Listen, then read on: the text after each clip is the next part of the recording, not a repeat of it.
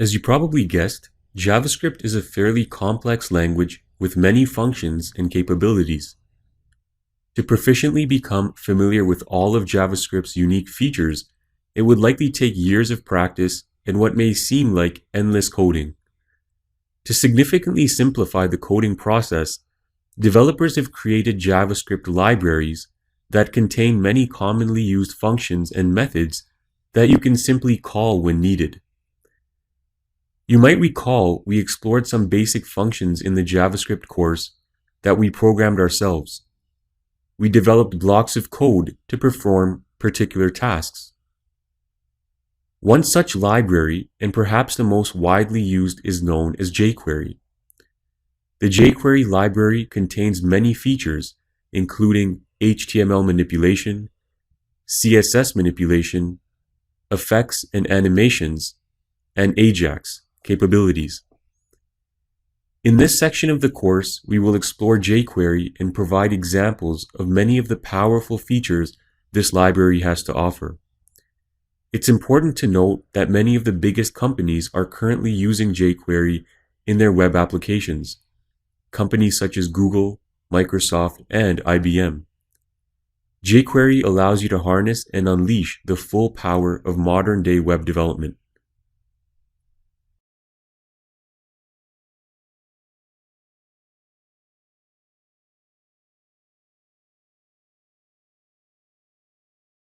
jQuery is an external library of JavaScript code. For this reason, we need to add the source of this library onto any page that makes use of it. Embedding the jQuery library onto a web page is very simple.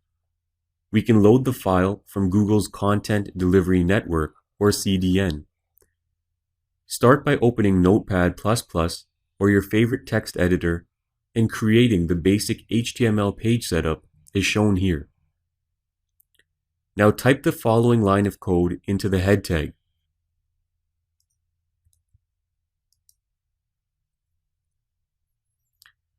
And that's all there is to it. Your page now includes the latest version of the jQuery library, which we'll be using throughout this section.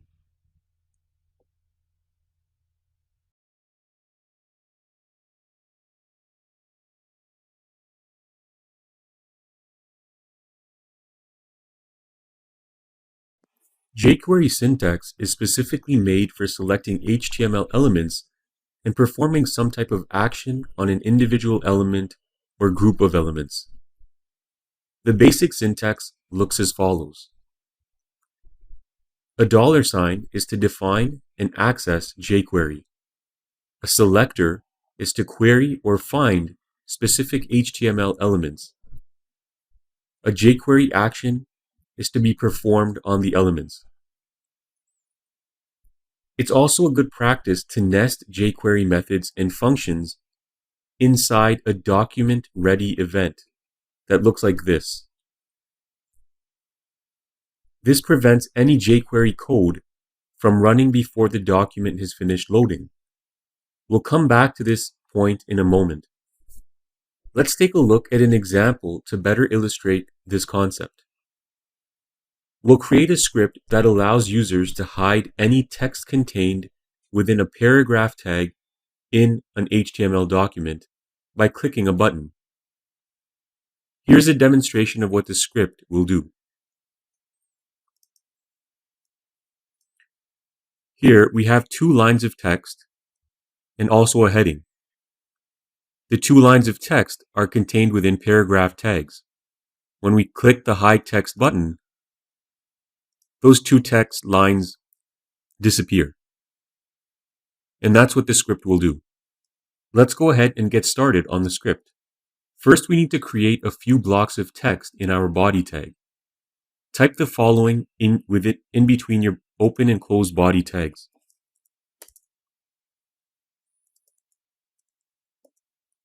We'll start with the header.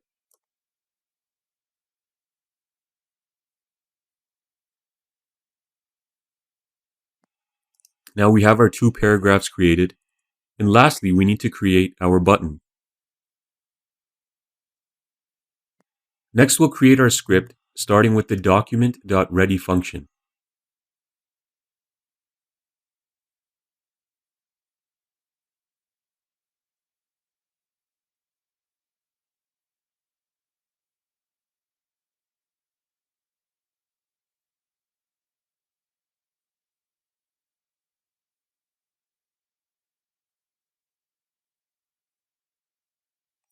This section here is the hide function that will be triggered when the button is clicked. Remember that we've specified that only the text in the paragraph tags should be hidden when the button is clicked. So the event is specified here, the action, hide, and the element is P, which is for the paragraph elements. And this will all be triggered when the button is clicked.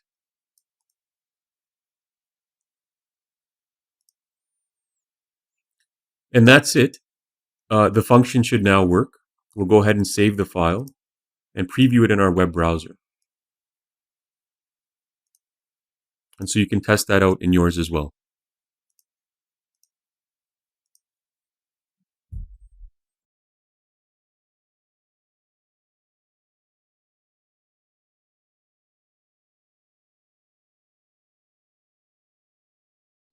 In the last exercise, we worked with the element selector.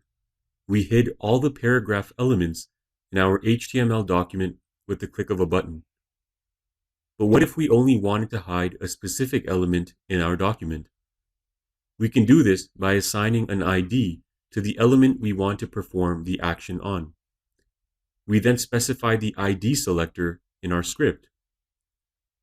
Let's change the last script so that when the button is clicked, only the heading is hidden.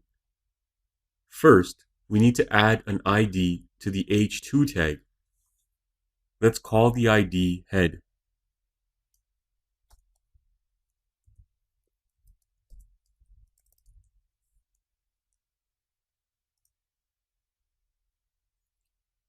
Now we can amend the selector in our script to hide only the element that contains the head ID. To do this, start with the # and type the name of the ID selector. And that's it. We can now save our file and preview it in our browser.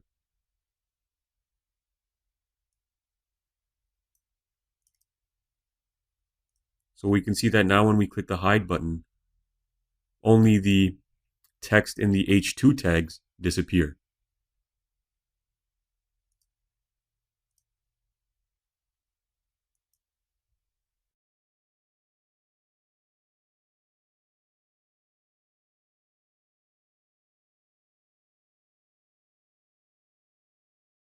The class selector works very similarly to the ID selector. If you've forgotten the difference between an ID and class, please refer back to the relevant lesson in the CSS portion of this course. To place an action on a class, first let's amend our ID and change it to a class. To do that, we're just going to replace the word ID with class. We'll leave the class name as is. Next, we just need to change the # in front of our ID selector to a period, and that converts it into a class selector. And that's all there is to it. We can now save the file, and it should do the exact same thing as it did in the previous exercise.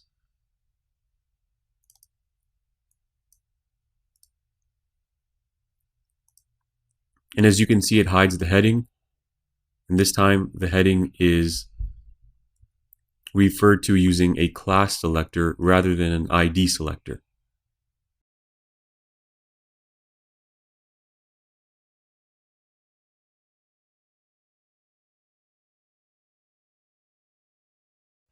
In addition to the element, ID, and class selector, there are a number of other selectors that jQuery supports.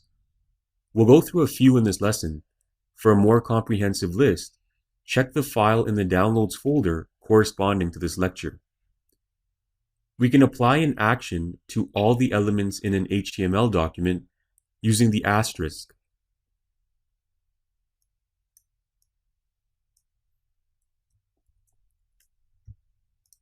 If we save the file and preview this in our web browser,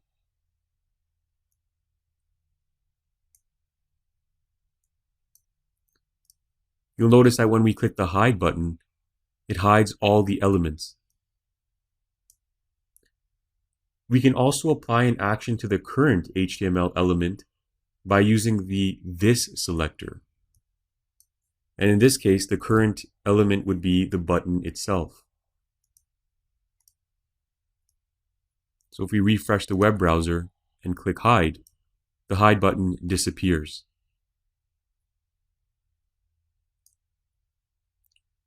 We can select all button elements using the button selector.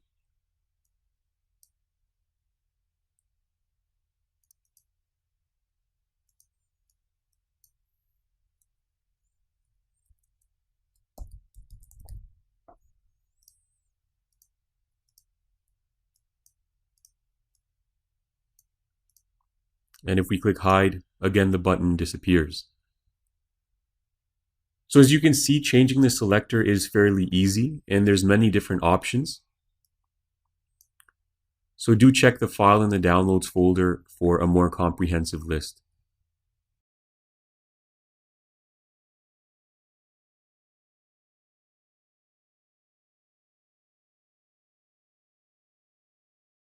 As with CSS and JavaScript, jQuery functions can be placed in an external JavaScript file and loaded in your existing document. To do so, create a new file. For the purpose of this exercise, we'll save this file as jqfunctions.js.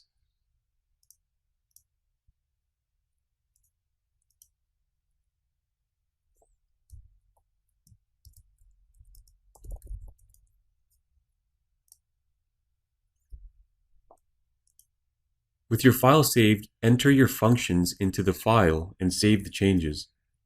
So go ahead and cut this function out, and I'll paste it into the jQfunctions file and save the changes.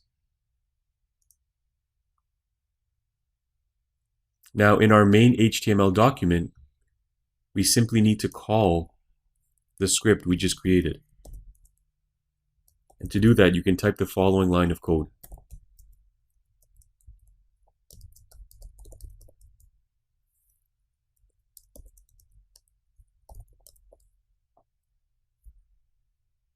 And that's it. Now we can go ahead and save our main document and preview it in our web browser just to make sure the functions still work correctly.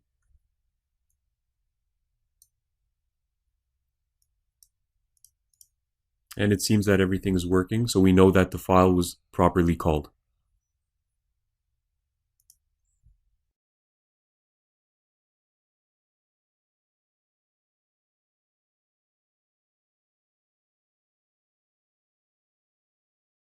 jQuery is designed to respond to events in an HTML document. All the actions that a visitor performs on your web page are referred to as events. There are many different types of events, such as clicking with your mouse on an element, moving a mouse over an element.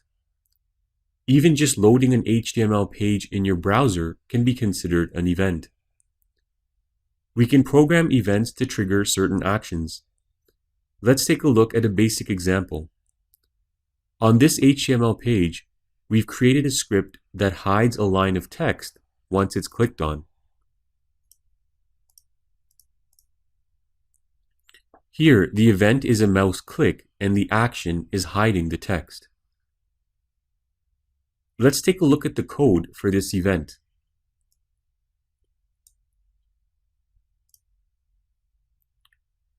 Now we're focusing on what's in between the open and close script tags.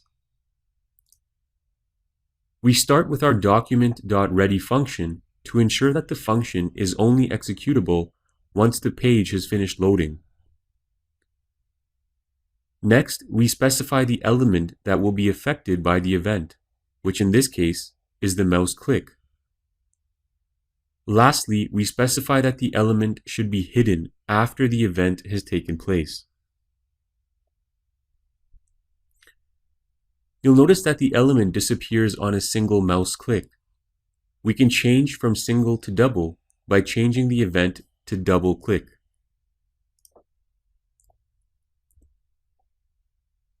Now if we save our file and refresh the page, you'll notice that single clicking no longer works, but if we double click, it hides the element.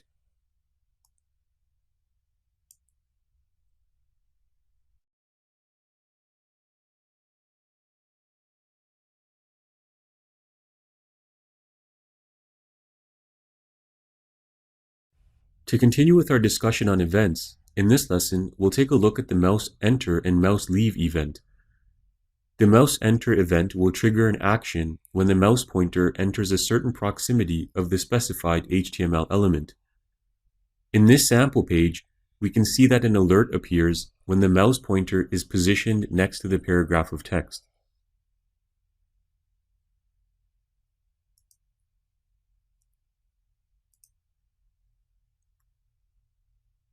Now let's take a look at the code. In between the open and close script tag, you can see that we begin with our document.ready function. Next, we specify the element to apply the action to, in this case, P1. Since we've used the number sign in front, we know that we're referring to an ID. The ID is contained within the paragraph tags here.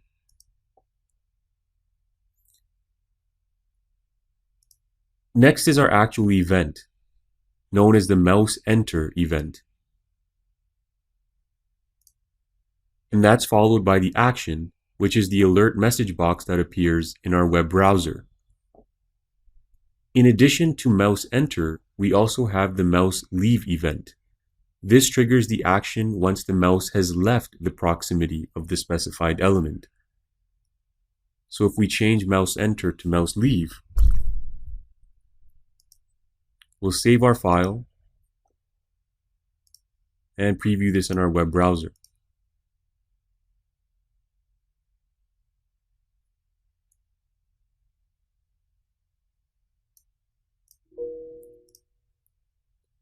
We can see that the message box now appears once our mouse leaves the proximity of the element.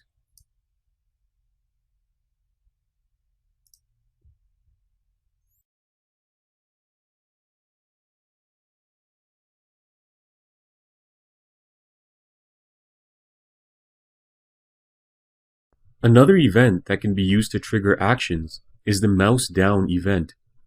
In this example, we can see that an alert message appears as soon as the mouse button is pushed down.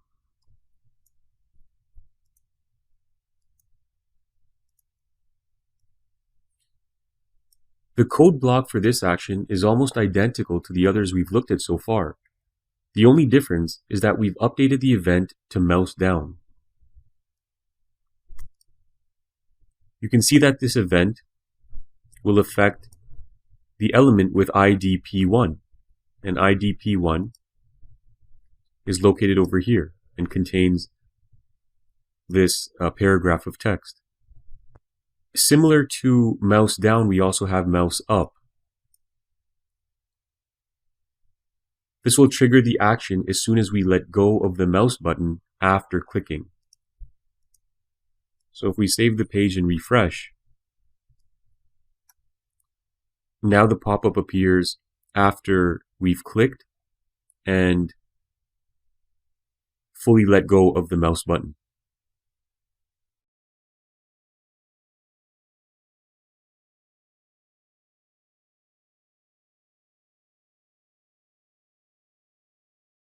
We can attach multiple events to an element with ease using jQuery. As seen in this example, we've created a script that changes the background color of a paragraph on 3 events. On mouse enter, the background changes to yellow. On mouse leave, the background changes to pink. And on click, it changes to cyan.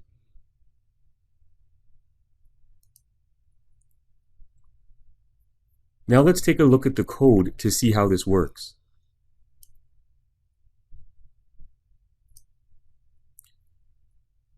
In between the open and close script tags, we can see that we start off with the document.ready function.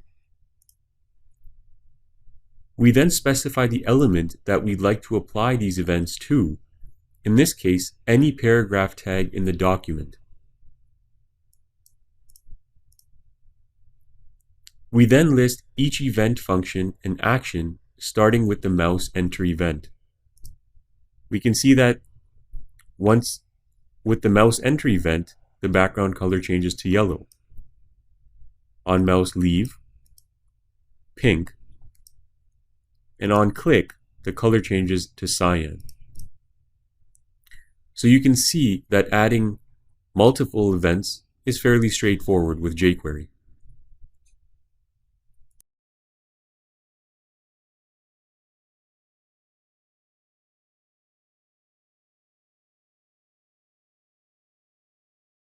We can hide and show elements in jQuery using the hide show actions. This example page shows a demonstration of what our script will do. When we click the hide button, the text becomes invisible over an interval of 1000 milliseconds, or 1 second.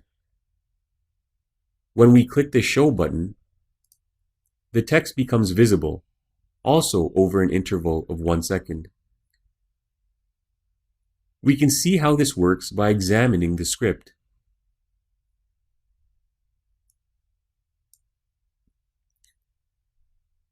In between our open and close body tags, we have 3 elements.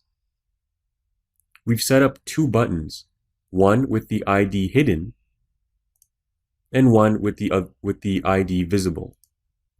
We've also nested some text in between an open and close paragraph tag.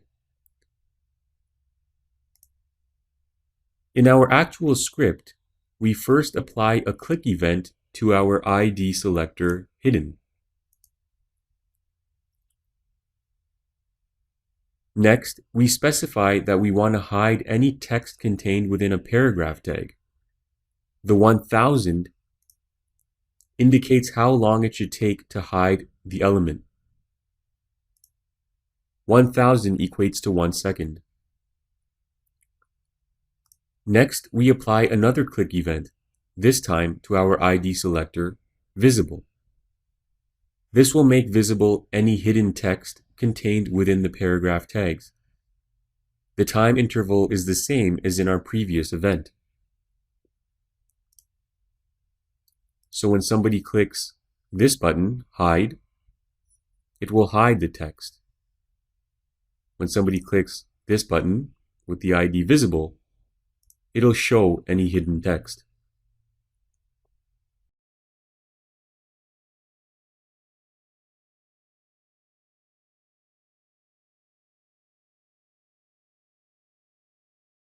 We can toggle an element using the toggle action. This HTML page provides a demonstration of toggling. When we press the toggle button, the text becomes hidden over an interval of 1 second. When we press the button again, the text reappears.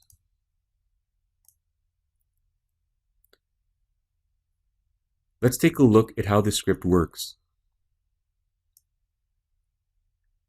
Here we have a toggle button. We also have one paragraph element with some text. Our script has a click event on the button that toggles the paragraph over an interval of 1000 milliseconds, or 1 second. Here you can see we've referenced the button element. Here's our click event. Here we've referenced that we want this event applied to the paragraph tags. In this case, there is one element with paragraph tags. And the action is the toggle action. The 1000 refers to the amount of time it will take for the paragraph element to toggle once the button is pressed.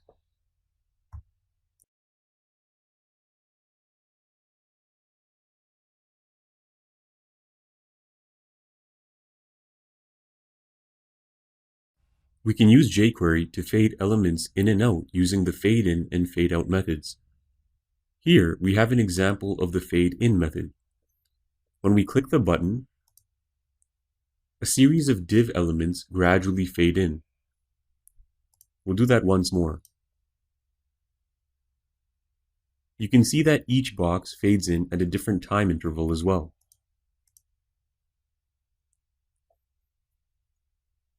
Let's examine the code behind this HTML page to see how it works.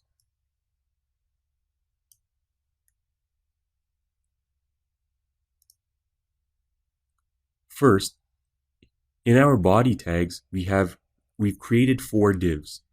Each div has an ID, div 1, div 2, div 3, and div 4.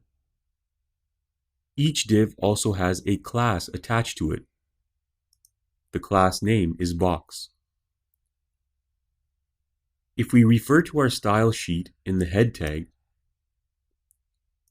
we can see that the box class has the following attributes: a width of 160 pixels, height of 160 pixels, display none.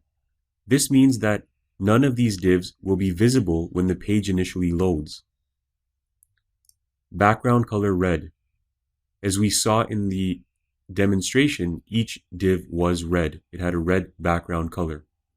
Now, if we go up to our script, let's examine exactly what's happening to create this effect. Here, we specify when the button is clicked, each div should fade in one at a time. Remember that each div fades in at different time intervals. The time interval is specified here. It's the red number.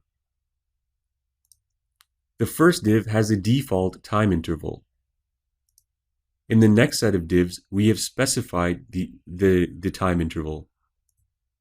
So div 2 is 1000, div 3 is 3000, and div 4 is 5000. That translates into 1 second, 3 seconds, and 5 seconds. And this is the reason that each box fades in one after the other.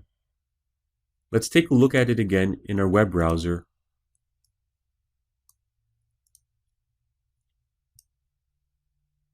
So there it is, each one fading in one at a time.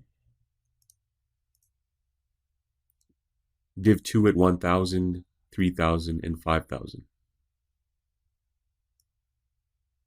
Now say we wanted the elements to fade out.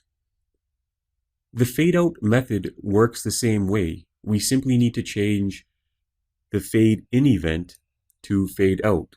So let's go ahead and do that. We'll change fade in to fade out on each event.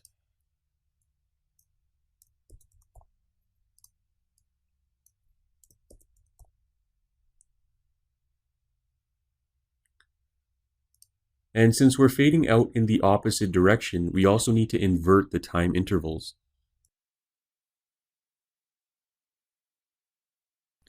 Next, we need to remove the display none property because we want all the divs to be visible on page load.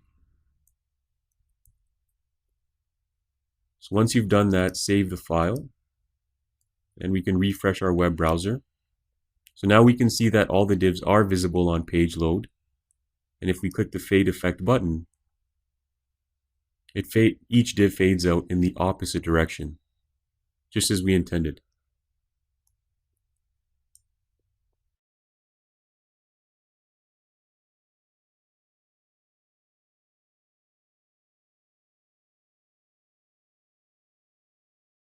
We can use the fade toggle method if we want to be able to fade our elements in and out using the same button. Here's an example. If we click the fade toggle button once, the elements fade in. If we press the button again, the elements fade out. To do this, we simply need to make a few small changes in our script. First, we need to change the fade out event to fade toggle.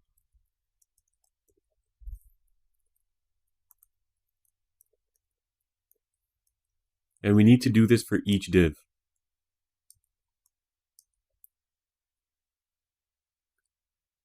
Next, we need to add our display none property back into the style sheet because we don't want any of the divs to be visible on page load.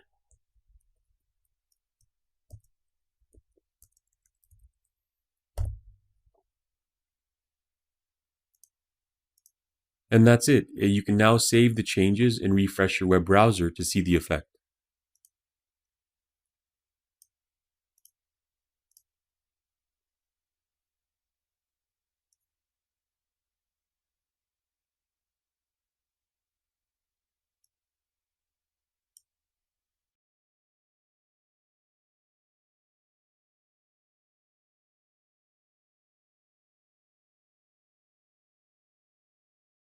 We can use the fade to method to fade objects to a specified opacity. This example demonstrates how the effect will look. Here, we have 4 divs shaped as blue squares. When we click the fade button, each div fades to a lower opacity. The opacity setting is different for each square. Let's take a look at the script to see how to apply this effect using jQuery. We'll do the demonstration one more time.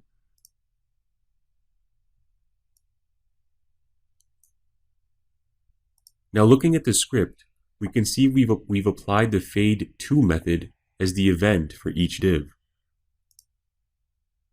The fade to method allows 2 parameters. The first is the duration of time it takes for the opacity to reduce or increase to the specified amount. The second value is the desired opacity. In this case, we've set the time interval to 1 second or 1000 milliseconds. The opacity increases in increments of 20 for each div, starting at 20% and ending at 80%.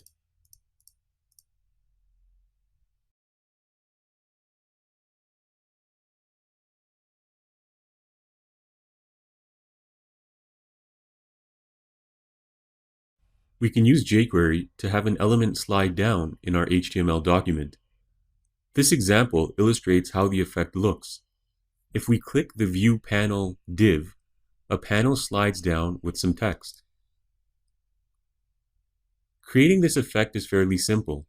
Let's take a look at the script to see how it works.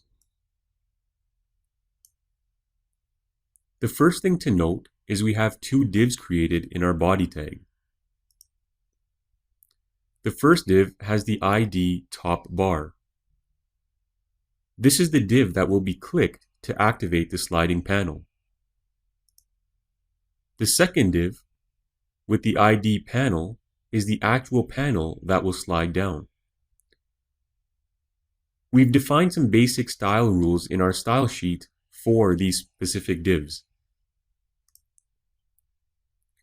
First, we've specified that both the panel and top bar div will have padding of 5 pixels, centerized text alignment, a yellow background, and a 1 pixel solid black border.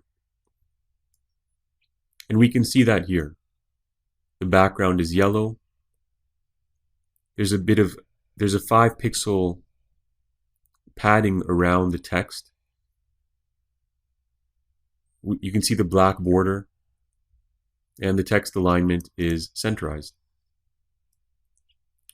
That's for both the top bar and also the panel itself. The panel also has additional rules.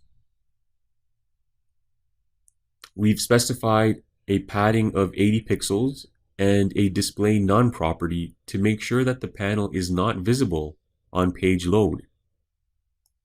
So remember, initially when the page is loaded, we don't see the panel div. We only see it when the view panel div is clicked.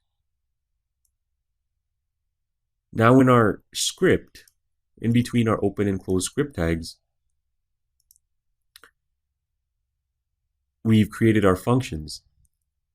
So inside the document.ready function, we've attached a click event to the top bar div.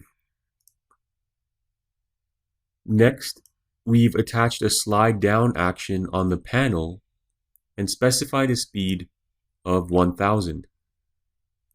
So this event, or this action, activates when this event occurs. When the top bar is clicked, the panel will slide down at a speed of 1000. And that's it. As you can see, creating this effect is fairly simple and produces a nice effect.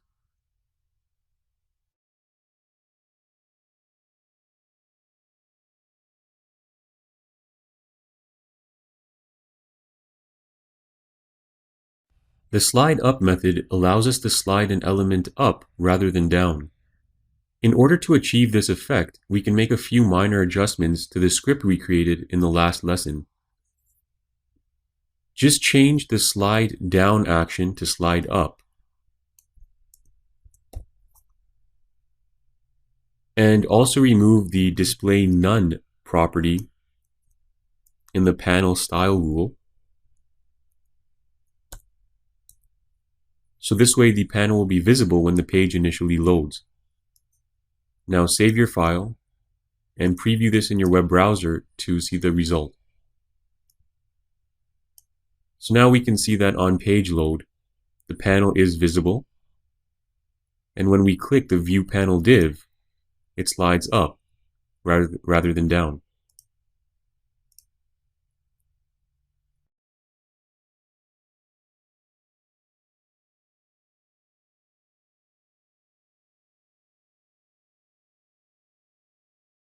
The slide toggle method allows us to toggle between the slide down and slide up method. Let's modify our script to see how the slide toggle method works. To do so, simply update the slide up action to slide toggle. Now save your file and preview the page in your web browser.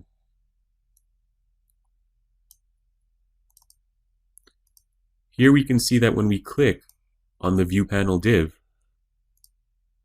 the panel comes up, and when we click on it again, it slides down.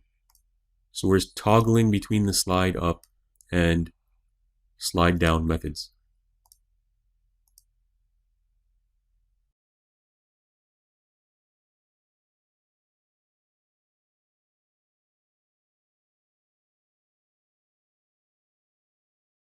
We can create custom animations using the jQuery animate method. Let's start with a basic example. We'll create a script that animates the movement of an element moving from one position to another, as seen here. We can see that the square moves from left to right after we click the Start Animation button. Now let's go through the script to illustrate how this works. First, we create a div element and give it an ID, in this case, square. Next, we create our button with the label Start Animation.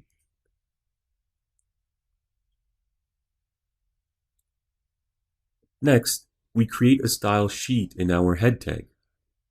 The style rules will be applied to the square, so we'll set the ID selector to square.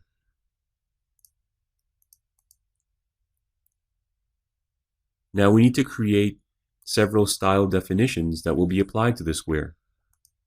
The background of the square was blue. The height and width was 160 by 160 pixels. There is a small margin to keep a bit of a gap between the square and the button.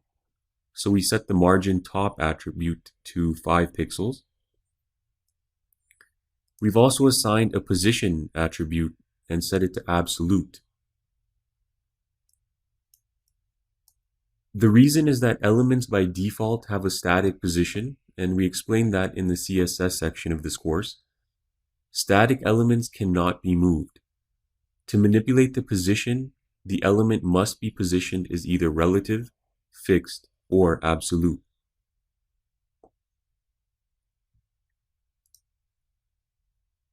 Once the style rules have been created, we can go ahead and create the script. Now the script is fairly straightforward. We start with our document.ready function. Next, we apply a click event to the button. And that's what specifies that the next action should begin when the button is clicked. Okay, then we create the animate action. and apply it to the square. So once the button is clicked, we want to animate the square. The animate method has a few parameters. So first, left 800 pixels. That means that the object will move 800 pixels from the left side. So it'll move in the right direction 800 pixels. The next parameter, 1000, is the speed at which the element moves. In this case, we've set it to 1000, and that equates to 1000 milliseconds or 1 second. And that's all there is to it. That's how this animation effect was created.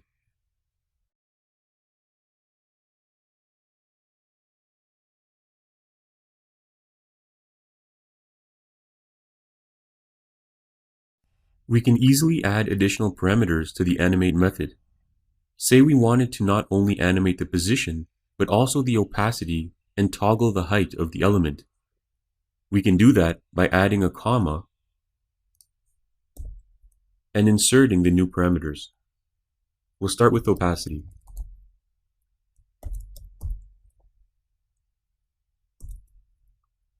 Next, we'll toggle the height.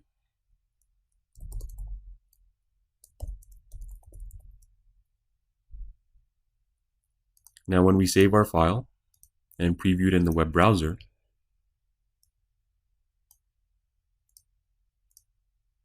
we can see that the opacity reduces to 0, and the height is also toggled to 0 as well.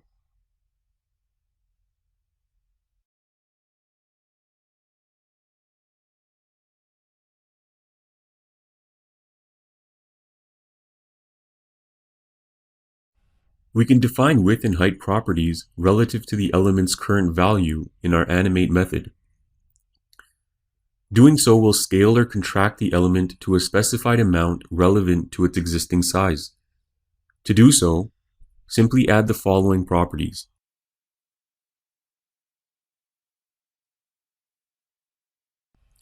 The element will now scale 200 pixels above its current size. We'll save the file and preview it in our browser to see the effect.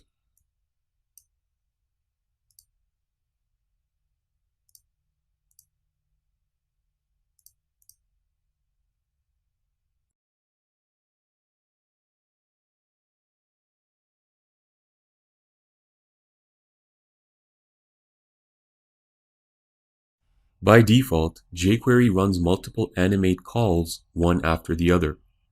For this reason, we can easily create and perform a sequence of animations. In this example, an element is resized 4 times using 4 animate calls.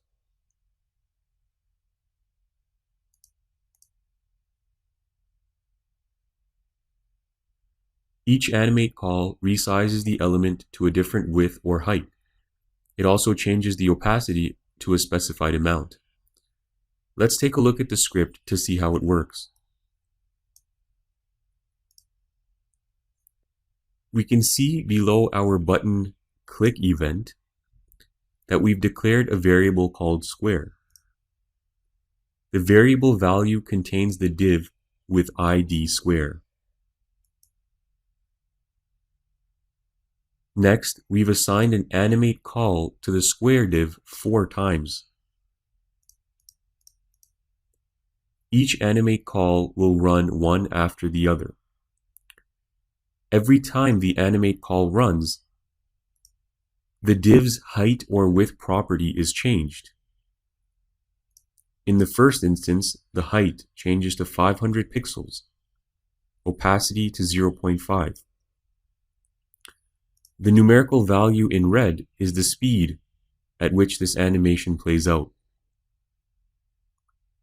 And moving down the list, we can see that the width, opacity, and speed properties continue to change.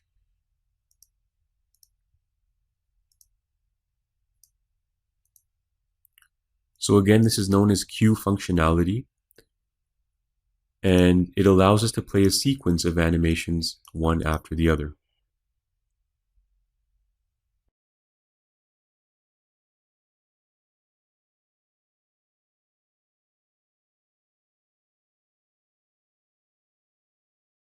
The jQuery stop method can be used to stop an animation before it's finished. The stop method works for all animation types, including sliding, fading, and custom animations. Here's an example of the stop method. We can start the animation by clicking the Start button. We can stop the animation at any point by pressing the Stop button. Now let's take a look at the script.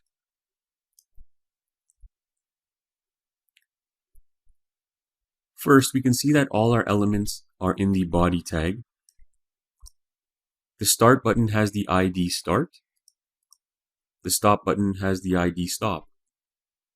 The square itself has the ID Square. Our style sheet simply defines the look of the square. So we can see it has a blue background, width and height of 160 pixels, a 5-pixel margin from the top, and a position of absolute.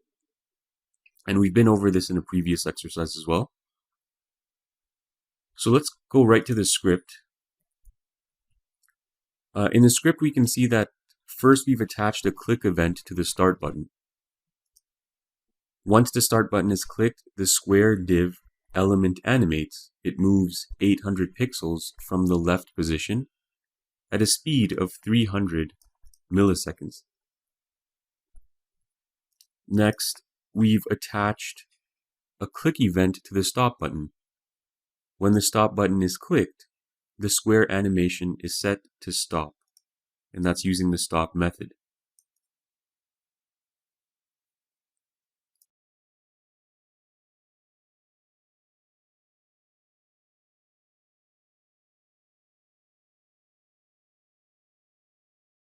The jQuery callback function ensures that all JavaScript statements are executed line by line.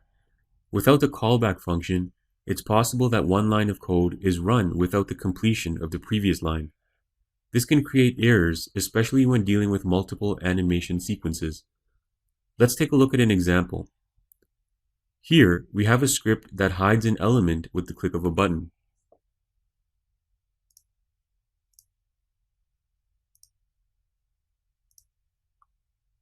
Once the element is hidden, an alert appears.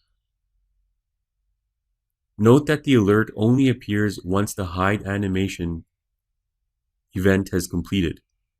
This is an example of an animation that uses the callback function. We'll run that script one more time. Once we click the hide button, the square disappears and the alert pops up.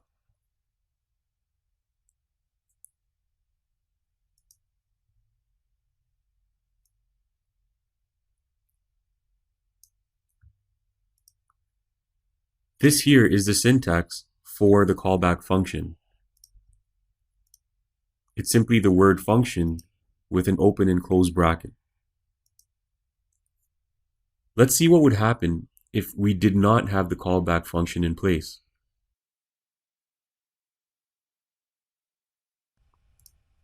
So we've removed the callback function and we'll refresh the page. Now when we click the hide button, the alert appears instantly, and at the same time, the square disappears. So you can see that both events occur simultaneously, which is undesirable. You typically want each event to execute one after the other. And for that reason, the callback function is quite important and very oftenly used.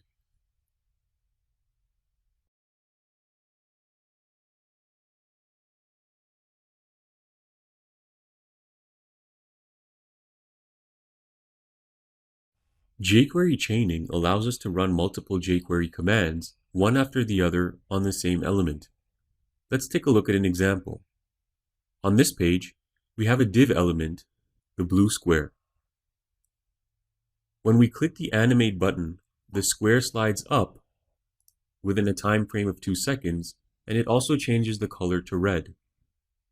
Once that sequence is completed, the square slides down within the same time frame. Slides up and slides down. So a single event, the click of the animate button, triggers a color change and two actions, slide up and slide down, which run one after the other on the same element. So let's take a look at how this works.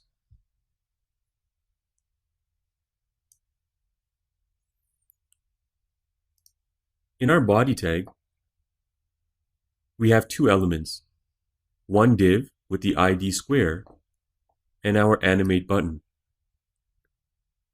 This will trigger the animation, as we saw in the demonstration. We have a style sheet that defines what the square looks like, a blue background to start with, width and height of 160 pixels, a small margin at the top, and absolute position.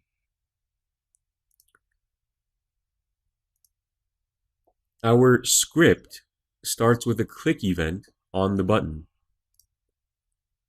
When the button is clicked, a CSS change event is applied to the element with the ID square. So our blue square turns into red. And so we've specified the background property is what we want to change, and we want to change it to red when the button is clicked. In addition to the CSS change, we also have two actions. First, the element will slide up at a speed of 2 seconds, and after that, the element will slide down with the same speed.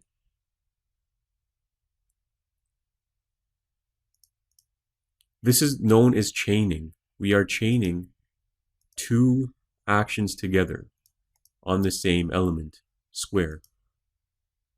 And so that's how that works.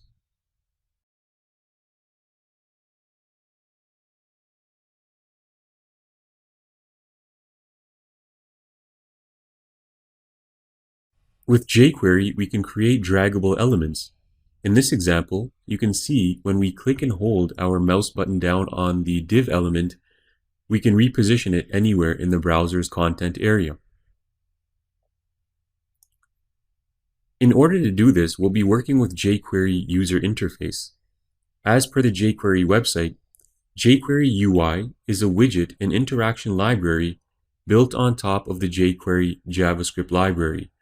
It can be used to create highly interactive web applications. Let's take a look at the script to see how this effect was created. The first important thing to note is that we've included the jQuery.ui.js script in our head tag, and this is in addition to our normal jQuery source script. The UI script is required if you intend to use any of the jQuery UI interactions, as we will be doing in this lesson.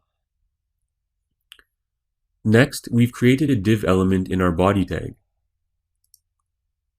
The div element has the ID drag. We've created a style sheet in our head tag. This defines the appearance of the drag div, and you can see it has a width and height of 150 pixels, and the background color is blue.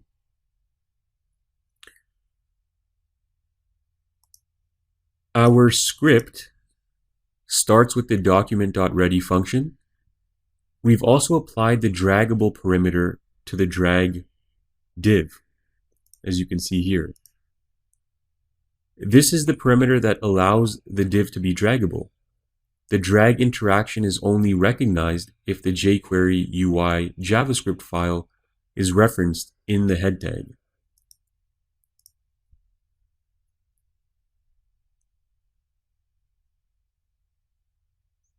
And so that's all that's involved in creating this effect.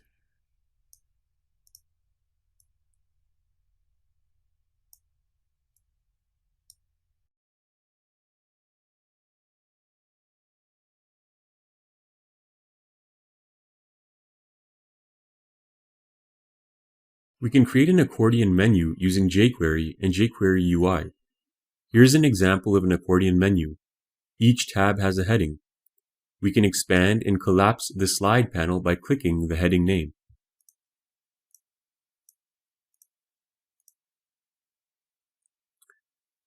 Now let's take a look at the script to see how this was done.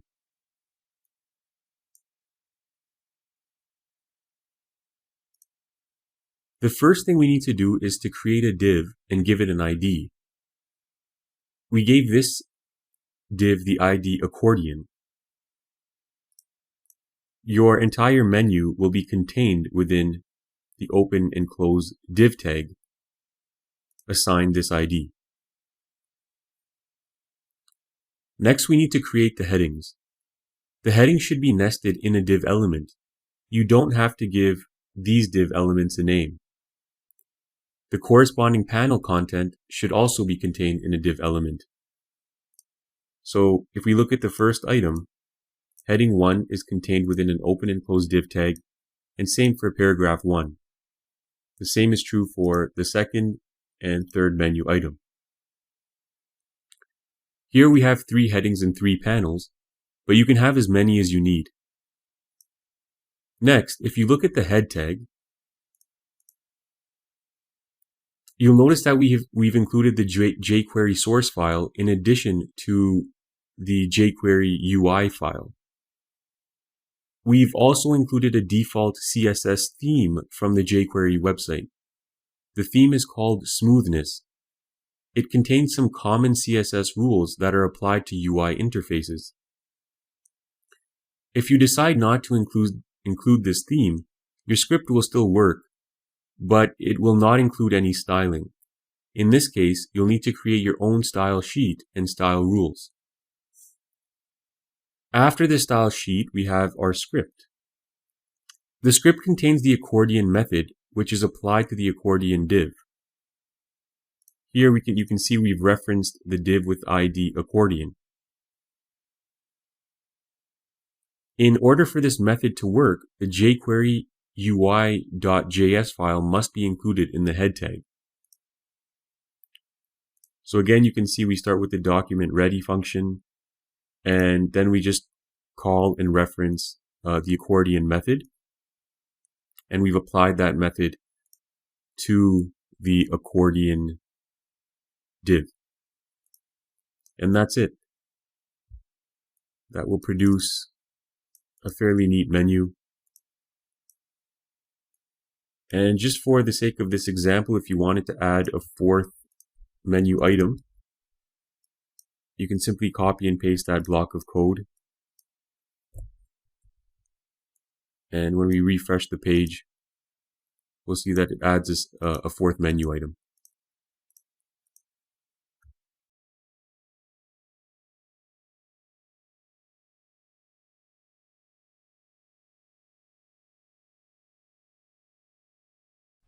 jQuery contains powerful methods of changing and manipulating the document object model, or DOM. This includes changing both HTML elements and attributes.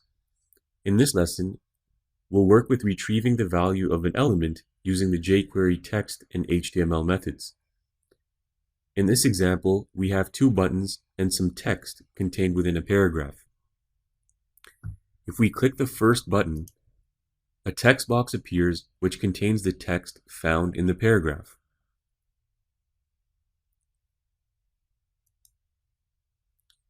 Clicking the second button also launches a text box, but this time the text contains the HTML elements as well. Now let's go through the script to see how this was done. First, we can see in the body tag that we have 2 buttons.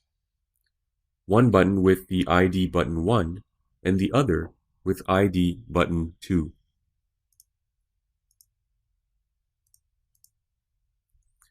Our paragraph has the ID line 1. It contains a line of text with italics and bold tags. Our script, located in the head tag, starts with a click event for button 1. When button 1 is clicked, an alert appears with the contents of our paragraph with ID line 1. The .text method is attached. This will output the text from the paragraph into the alert in text format. as we saw in the demonstration. The next function is a click event on button 2. When button 2 is clicked, the alert box appears with the contents of line 1. This time, the output is in HTML format. This means the HTML tags will be visible in the output. Let's take a second look in our web browser. So once again, if we click Show Text, we see the line of text without any HTML output. If we click Show HTML, we can see the line of text, but this time with the HTML elements also visible, italic and bold.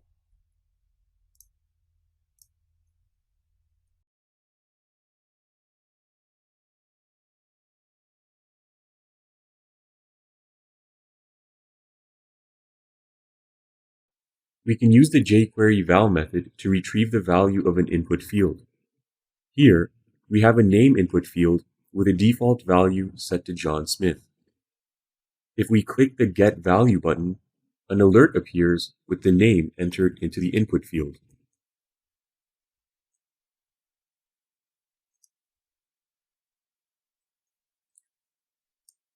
Looking at the script, we can see we have our button and input field created in our body tags. The input has the ID name and the default value set to John Smith. Our script in the head tag starts with a click event on the button. Once clicked, it launches an alert with the value of the input field, name.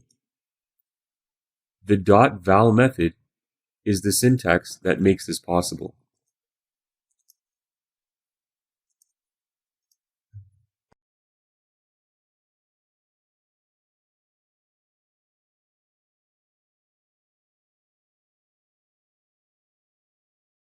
We can use the jQuery attribute method to get attribute values. In this example, we have a link set up in our document. If we click the button, we can see that the URL of the link is outputted into the alert.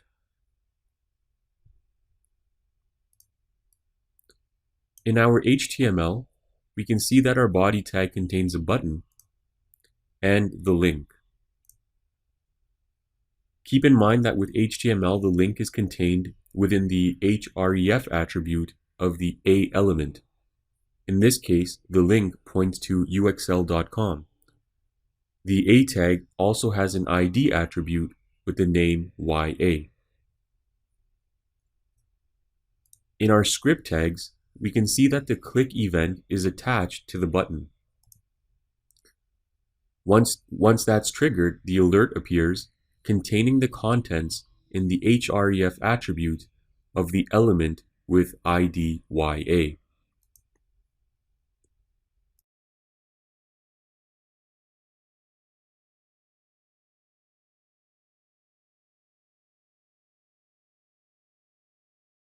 We can use the text, HTML, and val methods to set content instead of retrieving it. In this example, we have 3 buttons. Each button resets the content of a specified HTML element. Reset text replaces the first line of text with different text content. Reset HTML resets line 2, but this time with HTML bold tags embedded into the text.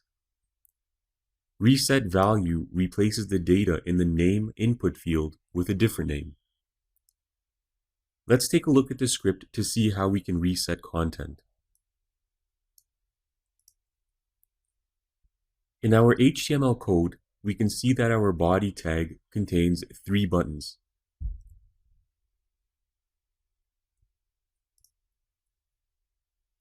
Each button has a unique ID, button 1, button 2, and button 3.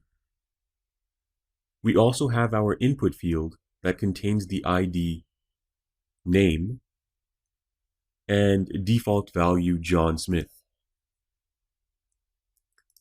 Next, we have our 2 lines of text, each again with a unique ID, text 1 and text 2. Now in our script tag, we have different events and actions set up to reset the content of our HTML elements. First, we start with a click event on button 1. When button 1 is clicked, the paragraph with ID text 1 will have the text reset to new text line. Button 2 also has a click event.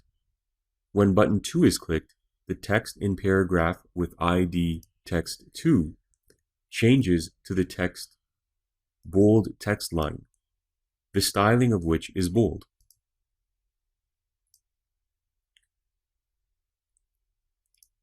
Button 3's click event triggers a value change in the input field with ID name. The new value will be Jane Willis.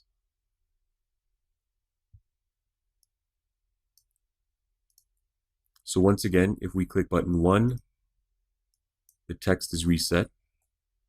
Button 2, the text is reset again, but this time it's bold.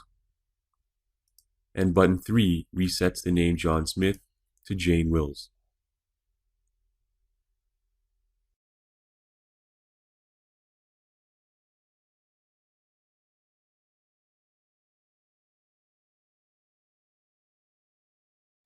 We can use the jQuery attribute method to set or change attribute values of an HTML element. In this example, we have a text link with an href attribute set to uxl.com. When we hover our mouse over uxl.com, we can see the corresponding link down below. If we click the Change Link URL button, the href attribute resets to a new link. We can see the new link again by hovering our mouse over uxl.com and looking below. The new href attribute is set to uxl.com/aboutus.php. Let's take a look at our HTML code to see how this was done. In our body tags, we can see the button element and also the link. The href attribute in the A element is set to uxl.com. The ID for the A element is set to YA. In our script, we've attached a click event on the button. Once the button is clicked, the element with ID YA resets its href attribute to uxl.com/aboutus.php.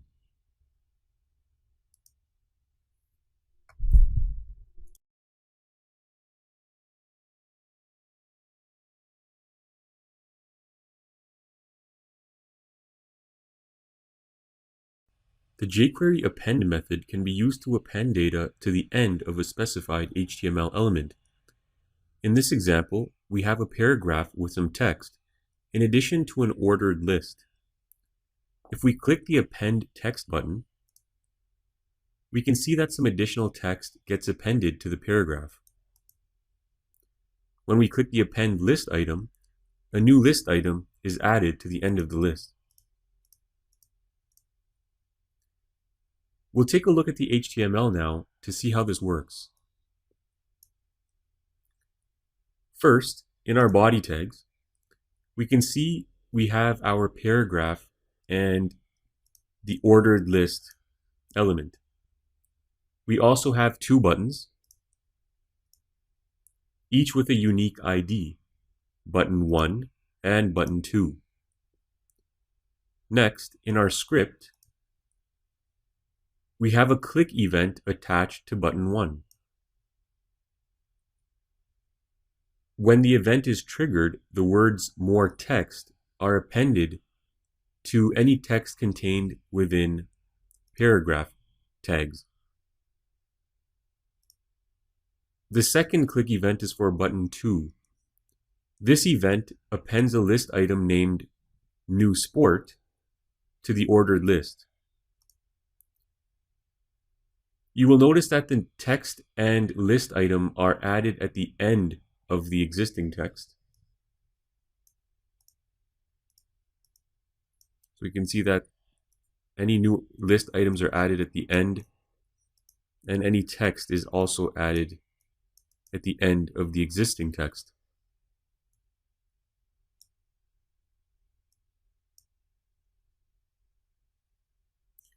We can change append to prepend.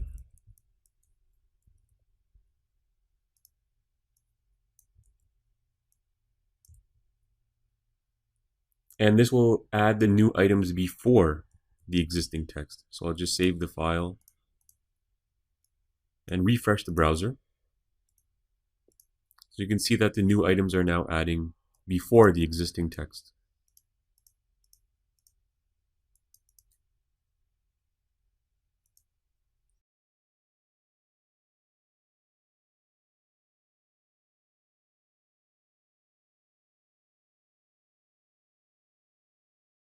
We can use the jQuery after and before methods to add content after or before an HTML element.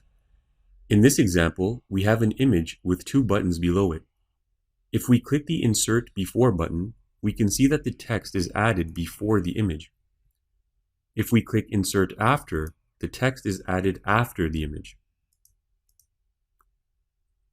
We'll take a look at our HTML page to see how this works.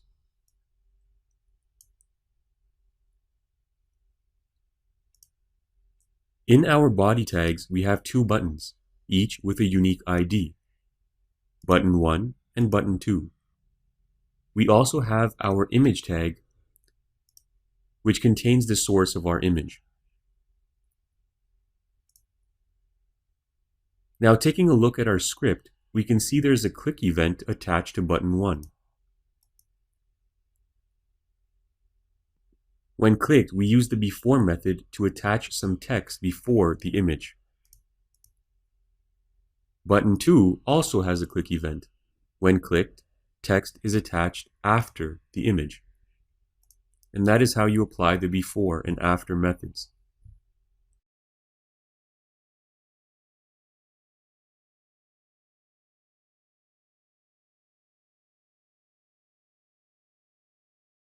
The jQuery remove method allows us to remove specified elements from our web page. In this example, we have a div element with some text nested inside. When we click the remove button, the div is removed from the page along with any of its contents.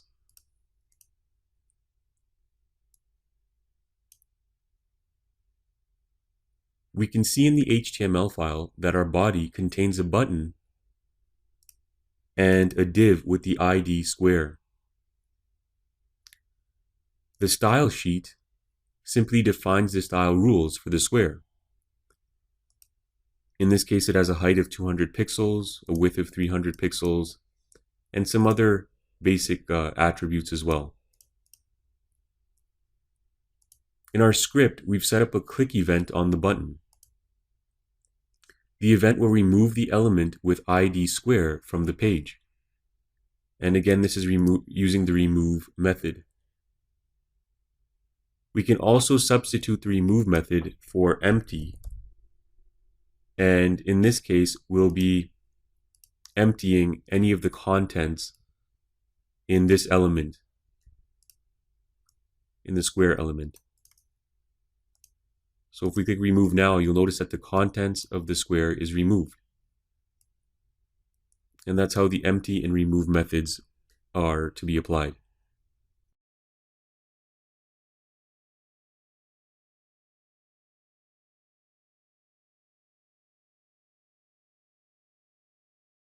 With jQuery, we can remove HTML elements using filters. In this example page, we have 4 paragraphs. When we click the remove button, we have triggered an event that will remove paragraphs 2, 3, and 4 from the web page using the filter remove method. Let's take a look at the code to gain a better understanding of how this works.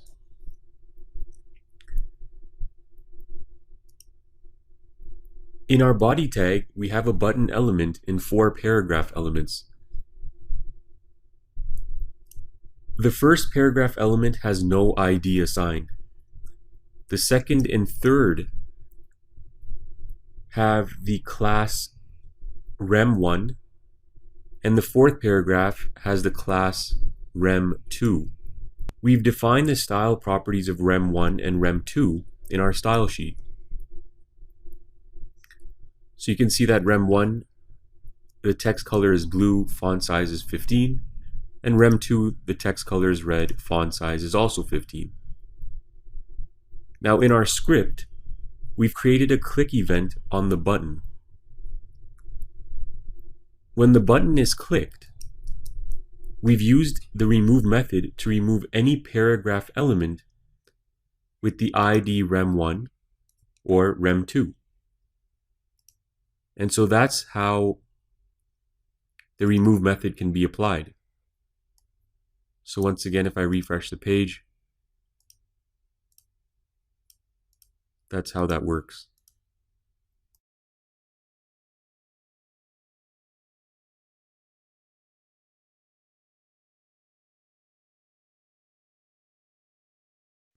With jQuery, we can add class attributes to different elements. We can select single or multiple elements to apply the class to. In this example, we have a couple of headings and 3 lines of text. By clicking the Add Class button, we trigger an event that changes all the text to red. Text line 3 also increases in size.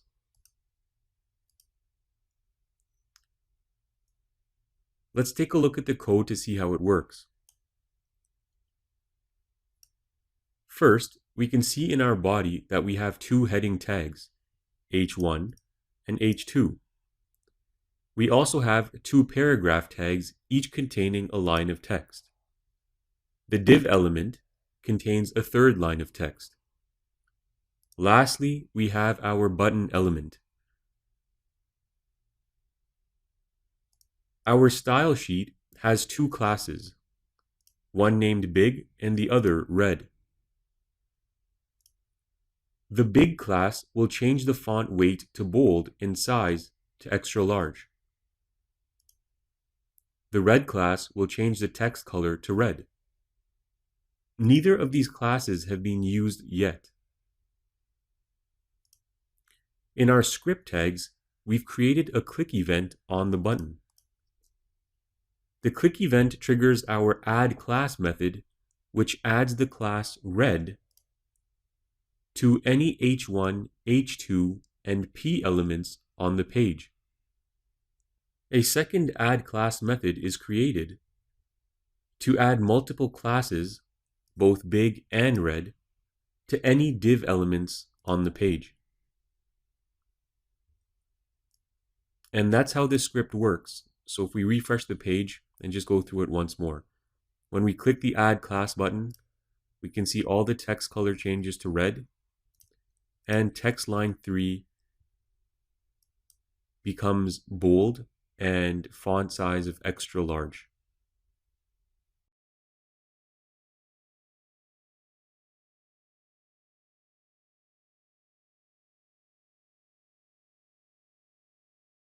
Similar to the add class method, we can also remove a class from an HTML element.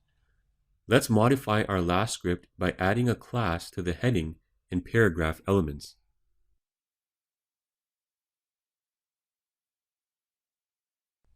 We finished adding our class, and so if I preview the page, we can see that our text, both 2 headings, and the text lines are red.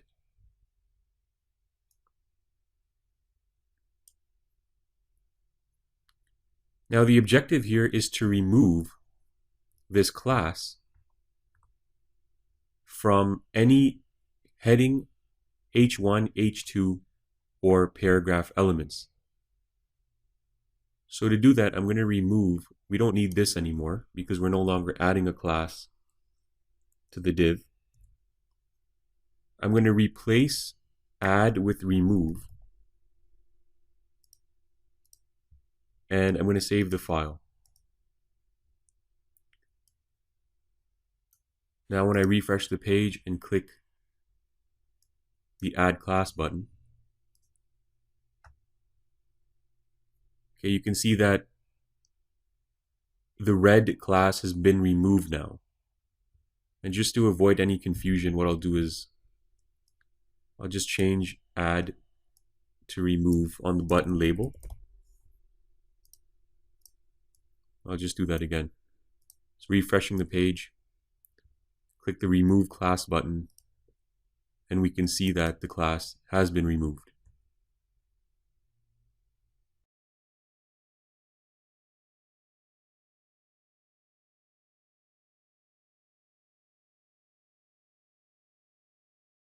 We can switch between adding and removing classes using the toggle class method. To see how it works, simply replace the remove class method with toggle class. And this is in the file from our last lesson. And just update the label on your button from remove to toggle class. Now save the file, and when you refresh the page, you can see that we can use the same button to trigger an add class and remove class event.